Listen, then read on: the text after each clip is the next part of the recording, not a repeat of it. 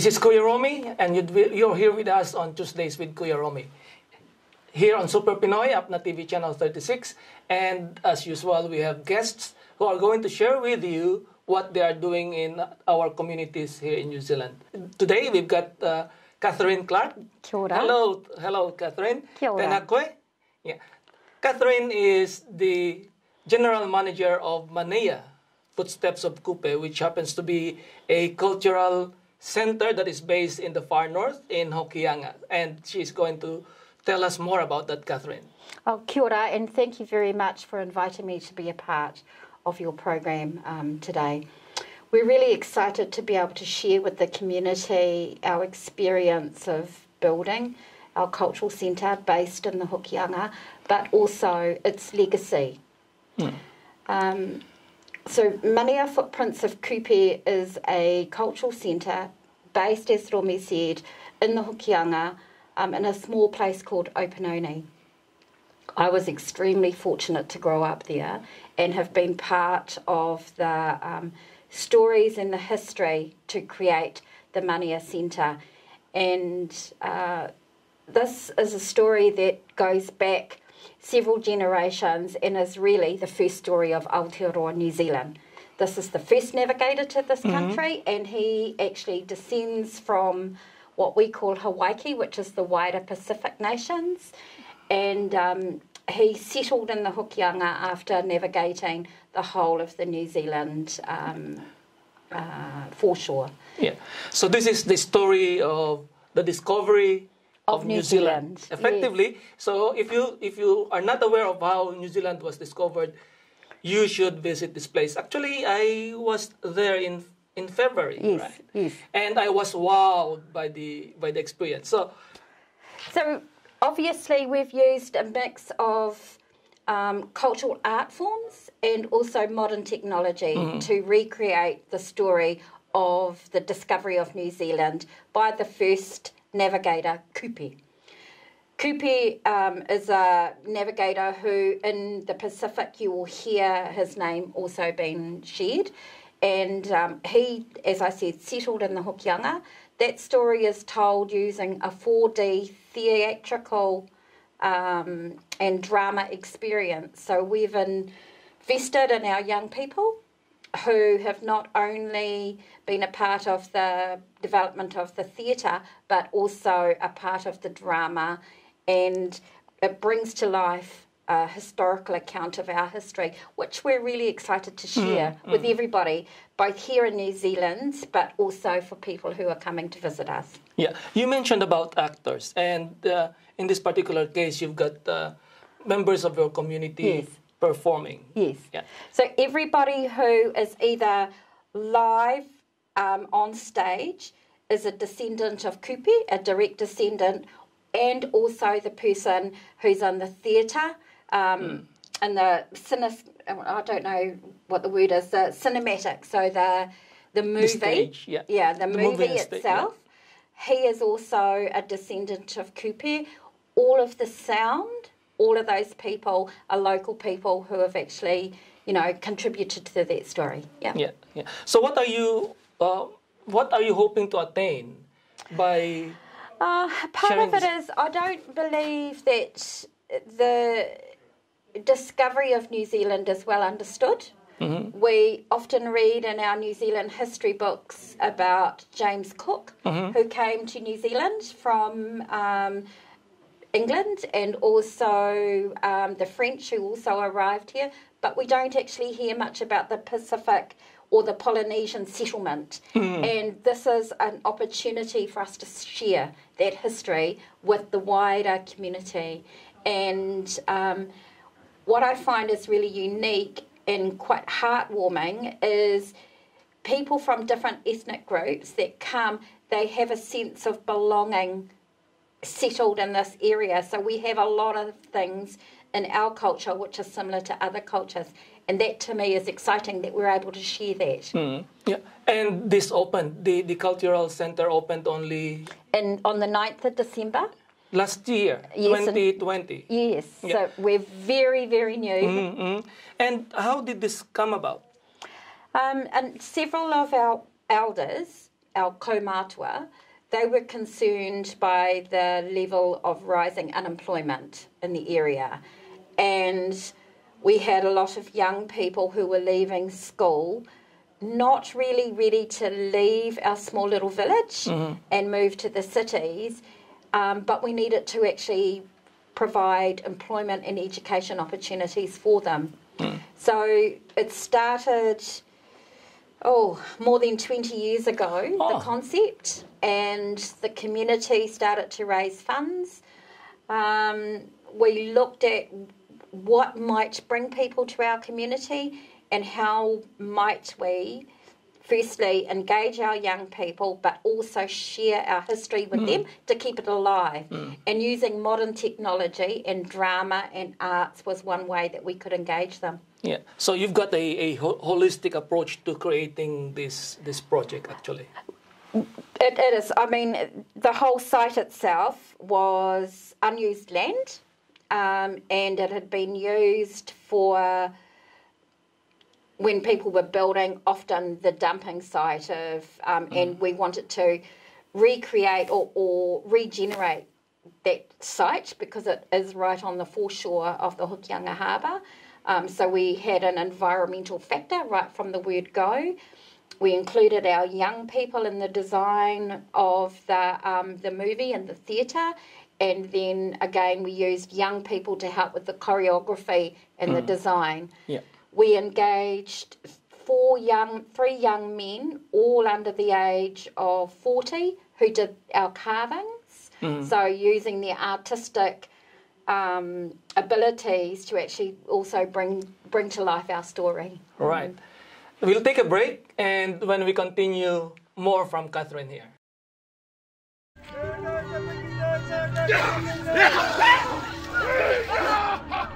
Been here since early morning, and everybody, the kaumātua, Kuya, even the little babies have loved all their experience. And Kupe was a true child of the gods. With sharp chisels, they inscribed their knowledge deeply in him.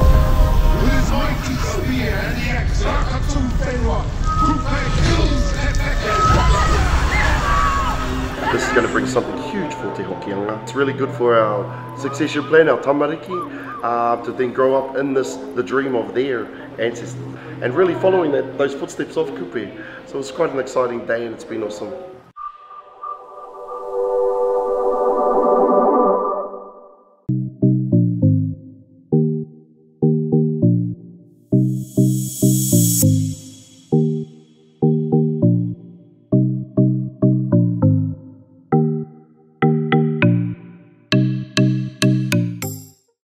Thank you for staying with us. This is Kuya Romy here on Tuesdays with Kuya Romy, Super Pinoy on Apna TV channel 36. And back to Catherine. Catherine, Kia ora. Mind telling us what visitors are going to experience or what they're going to see when they go and visit the cultural center in Hokianga? So MANEA is a guided tour, and when you arrive, you're greeted with a young person who is a descendant of Kupe. It's approximately 75 minutes in duration, but we recommend that people try and stay with us for over an hour or hour and a half, to truly immerse themselves in the experience. The guide will take you on a journey in what we call our creation story. So all of the core values that still drive our what we call tikanga, or our processes as a Māori person.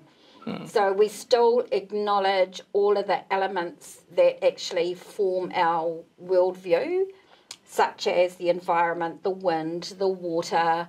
Those still very much are a part of the way in which we live our life at home, that we give thanks every time we plant vegetables, every time we cultivate vegetables, every time we go fishing. And so we talk through that journey with our visitors.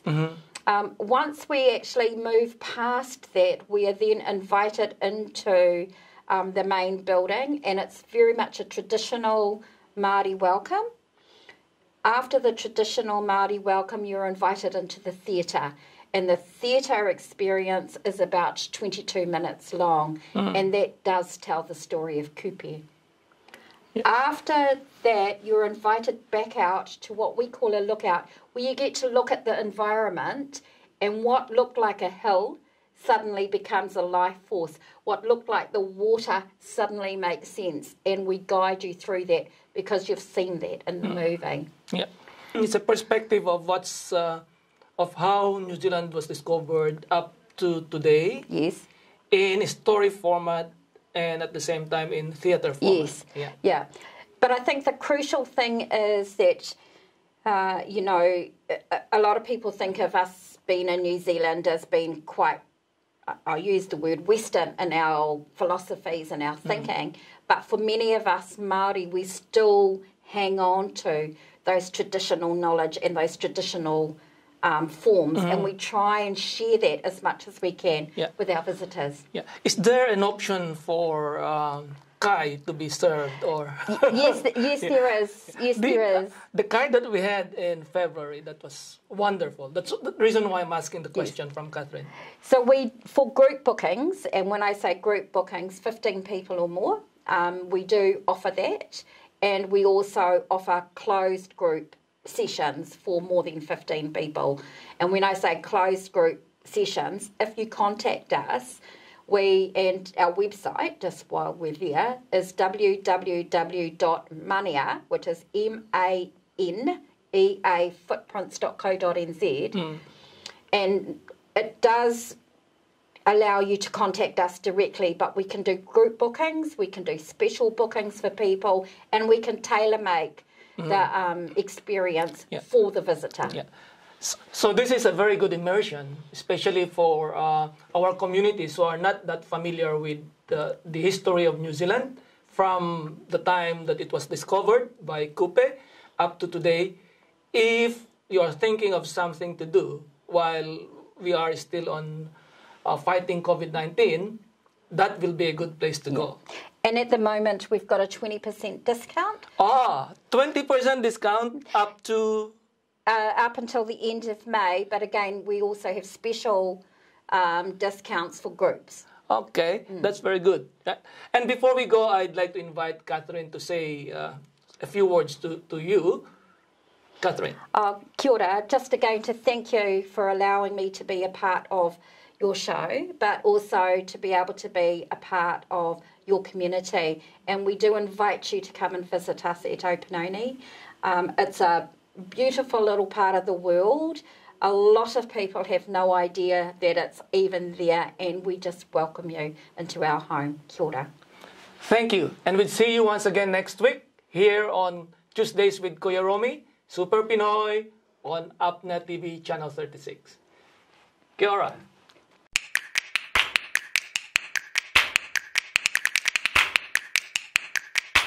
This is your opera princess, Jazz Vidamo, reporting for Super Pinoy. Ikwento mo!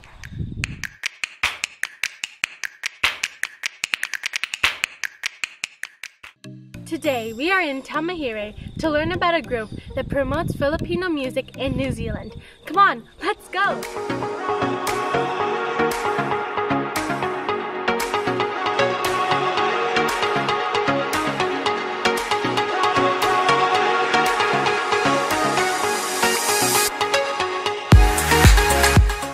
Today we are here at Attorney Mel Libre's house. Attorney, can you tell us something about yourself? I'm Mel Libre. I'm a solicitor here in New Zealand, and I'm an officer of the Waikato Filipino Association, and we are creating the WFA Filipino Artist and Music Ensemble. So, what is New Zealand Fame? Well, New Zealand Fame is the Filipino Artist and Music Ensemble, and it's an attempt by WFA to bring together musicians and artists with the intention of promoting our creativity and artistry and hoping that we can break into the New Zealand music scene. How did it all start?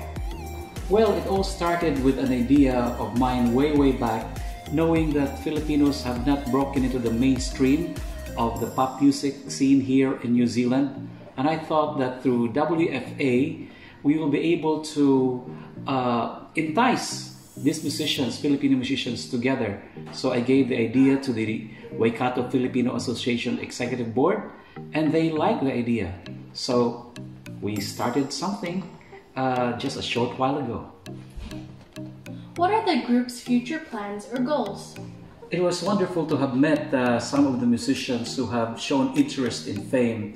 And among the things that we would want to happen is that like original songs, we would like to record original songs created by Filipino musicians here in New Zealand and record it, promote it, and also help the artists when they are performing. Usually they're not compensated, and we would like that there will be a standard of compensation for the artists so that they can continue developing their craft.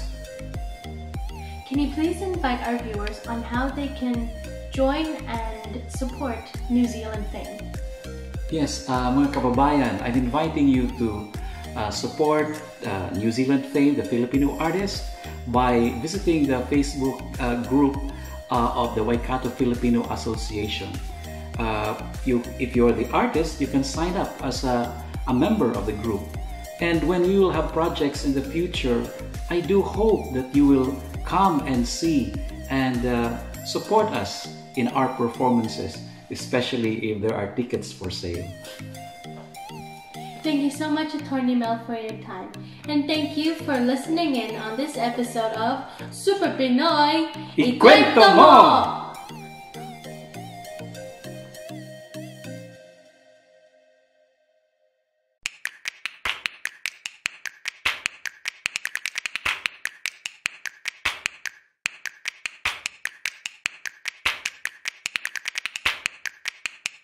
Ating alamin ang kwento mula sa VOA News. In early March 2020, 67-year-old Helen White couldn't imagine this pickleball practice would be her last for 8 months. Days after the pickleball coach met with other enthusiasts in a Virginia gym, lockdowns to halt the spread of the coronavirus were declared in the US. No more sporting events and gyms were closed. But White, like so many other Americans, adapted. I learned to use Zoom, and for the first time, I had time to actually work on my own fitness. So I found a number of places where I could take online fitness classes. But as an active and passionate pickleball player and coach who has taught over 3,000 people, she couldn't stay away for long. I figured out our driveway was wide enough for a pickleball net. So I taped, it wasn't a full court, but I taped our driveway, brought out our portable net, and we got to hit and drill a lot during that pandemic. It was quite awesome, and neighbors wanted to join in, but I'd only let them come one at a time, but that was fun. It was good. And then as we got more comfortable with, wearing a mask and whatnot, we actually took our pickleball net to the street. Pickleball is played by 2 or 4 players. They use solid paddles made of wood or composite materials to hit a perforated polymer ball over a net. The game, which is much like tennis, is especially popular with senior citizens. White's husband, Andy Layton, was diagnosed with Parkinson's disease 11 years ago, but still plays regularly. His success motivated White to promote the game to people who suffer from a range of neurological conditions. In Northern Virginia, prior to the pandemic, the preference was for people to play pickleball indoors. We had community centers and they were crowded, but we just waited our turn and played a game, and then waited our turn and played a game.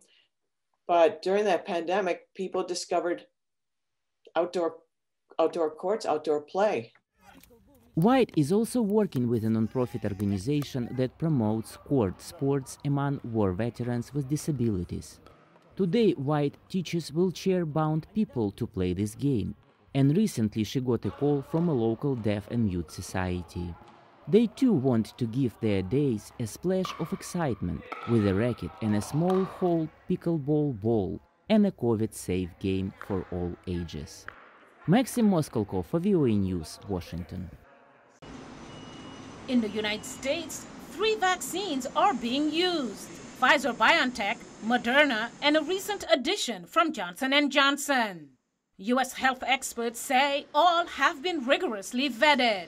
There are some differences in delivery and some debate about their efficacy rates. It gets very confusing because the J&J, which comes in at 66%, people go, well, that's 66%, whereas Pfizer, Moderna are each 95%. Well, shouldn't I go with Moderna or Pfizer? Then the answer is, well, look, the J&J field trials were done in a different point in time when there were variants. So when you're looking at your top line goal is block severe disease and death, those 3 perform exceptionally well. So grab one. The British-Swedish AstraZeneca vaccine developed with Oxford University researchers has been used worldwide. But recently, some European countries temporarily suspended use of the vaccine over fears of a link to blood clots. After a review last week by the World Health Organization's Vaccine Safety Panel, the vaccine was once again given the go-ahead. We urge countries to continue using this important vaccine. The AstraZeneca vaccine is especially important because it accounts for more than 90% of the vaccines being distributed through COVAX. COVAX is a WHO-led initiative to help ensure equitable distribution of the vaccines, especially to low-income countries. In general, there are several types of vaccines. Some are developed from older technologies, such as so-called inactivated or live-weakened vaccines, while others, such as the Moderna and Pfizer vaccines, rely on newer methods, such as the messenger RNA. Public health expert William J. Moss explains. The messenger RNA and the adenovirus vector vaccines work a little differently. Instead of injecting the protein or the whole virus, basically we're injecting the genetic recipe so that our own cells make the spike protein, and then we develop an immune response to that. There are a number of other vaccines that have been developed around the world, including Russia's Sputnik V and a number of others by China. While they do have an important role, it's crucial they go through the full data collection processes, says Moss. One of the challenges, I'd say, with those, both the Sputnik and some of the Chinese vaccines, is that they were rolled out in some populations before we really had all the phase 3, trial. But a number of countries are using the Russian and Chinese vaccines, with health officials in some nations taking the first jab themselves to reassure their populations. Recently, Sputnik V did provide additional data, as has one of the Chinese vaccine companies. So far, their track records have been positive. Given the challenges of a global pandemic, having a broad portfolio of vaccines is a good thing, say health experts. One of the biggest obstacles that we faced is the manufacturing capacity. We need 14 to 15 billion doses of vaccines in order to get to herd immunity within this entire world. That's a staggering number. Mariama Diallo, VOA News, Washington.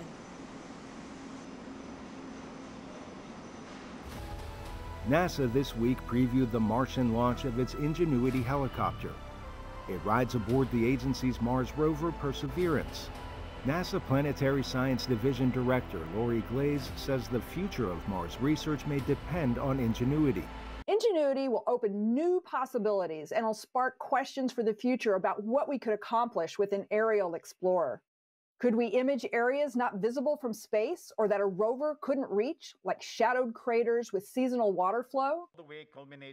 Glaze adds the aerial mission could shape how drones support future missions with humans. Also having made the trip from Earth to Mars is a small piece of fabric from the plane the Wright brothers used in their historic first flight in 1903. Now, less than 120 years later from that historic flight, NASA will attempt launching a craft on another planet. Ingenuity's first flight is not expected before April 8th. On Earth, meanwhile, NASA completed an 8-minute hot fire test in Mississippi. The test of NASA's Space Launch System simulates a trip from the ground to orbit. The agency cut short a similar test in January, but with this week's success, NASA moves closer to another manned flight to the moon as part of the Artemis program. Finally this week, an exploration of the Mariana Trench, the deepest point on Earth. Richard Garriott just finished a trip there. It is almost 11,000 meters of seawater deep. That is deeper than Mount Everest is high above sea level. By a couple thousand meters at least. This is Richard Garriott. I'm here with Victor Vescovo. We are in the submarine limiting factor. Garriott and research partner Victor Vescovo collected water samples to study, among other things, microplastic contamination. Garriott is the only person to have been to the Mariana Trench, the North and South Poles, and the International Space Station. Bon voyage. Arash Arabasadi, VOA News. The historic centre of Barcelona is very different than it used to be. With no tourists filling the streets, the people of Barcelona can bicycle through the city centre, something they could not do in 2019 when 12 million visitors poured in. Despite the extra space, many here are not celebrating. I liked it more when there were foreigners here, because now there is poverty. The stores where many visitors would go, well, those stores are all closed. If I have to choose between one thing or the other, I would choose what is of immediate necessity, while at the same time, in principle, enjoy Barcelona. Others meditate at historic sites, like this group that met online during the lockdown and now do yoga outdoors. But Barcelona's main tourist venues, such as La Rambla, the atmosphere is somber. Hotels and shops are closed. In Barcelona's old city, most residents work directly or indirectly in tourism, and there needs to be some movement. Spain was the second most visited country in the world, only behind France and ahead of the United States. Tourism accounts for 12% of Spain's GDP. There is little hope here that the European Commission's proposal for COVID passports could rescue the industry this summer. Among Spain's leadership, there is unease. I do not like the term passport because we are in the Schengen area, and I think mobility between countries in the European Union is governed by this framework. Therefore, what we want is to facilitate this mobility as soon as possible. For some sectors, such as the tourism sector, it is essential. British nationals account for a large chunk of Spain's tourism inflows. With Britain no longer a part of the EU and questions emerging on whether the EU will honour British COVID passports, the uncertainty here only grows. For Alfonso Beato in Barcelona, John Spear, VOA News.